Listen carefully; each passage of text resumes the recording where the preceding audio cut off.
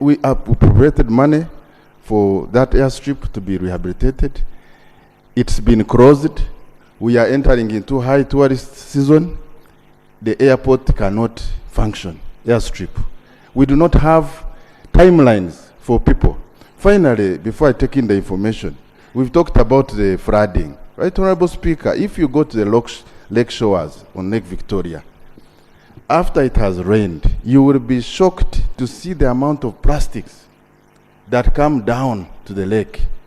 So this, I agree with Honorable Christine, the silly thing we are talking about, but there is an issue of plastics in this country that are blocking the drainage systems, and when you go down to the lakeside, you can really see that we are messing ourselves up, and I think something needs to be done with respect to the aspects of environment. I can take in the information. Thank you, Honorable Boa.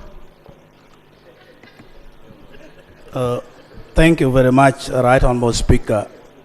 I think for the correction, I'm by name Boa, then Boa, Julius Achon. Right Honorable Speaker, a matter of times we have raised this issue of floods and disaster, I think, almost since Parliament began. And the issue of Karuma, I think, has woken up the problems of bridges across the country and also the culverts in this country. Honorable Speaker, the money which was released in this house to help the community of the district, if you move... You're meaning the 1 billion, the 1 billion shillings, 1 billion shillings, which has been granted by this Parliament. Honorable Speaker, when you look at, for example, like, Tuke, when you move in a major swampy area, the culverts, those who put the culverts, sometimes you wonder if these people, they had eaten food before the culverts were dug. Because you find most of the culverts really, they are not covered with the soil. And also when the road is graded, the water trenches are really not dug well, where you find all roads are covered by the water. This is one of the key things.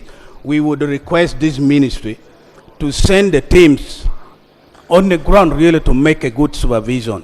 Thank you. And the issue of Karuma Falls is very scary, honorable members, when you go across. Members, let's limit 2 minutes. And the amount of water that goes in that bridge, before you cross, you must cross also a cross sign for Jesus to help you. Thank you. Thank you, Professor. Professor. Thank you, Right Honorable Speaker. On issue of disasters, all the signs are very clear. For us who are matoke and coffee growers, apart from landslides and hailstones, heavy rains can put down coffee and matoke. We need to advise our farmers to construct trenches that will hold water. They need to have supports that will hold matoke and coffee to minimize losses. And secondly, they have observed over the years during heavy rains, lightning is a very serious issue.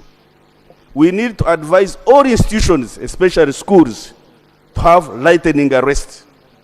And those families which can also afford to put lightning arrests.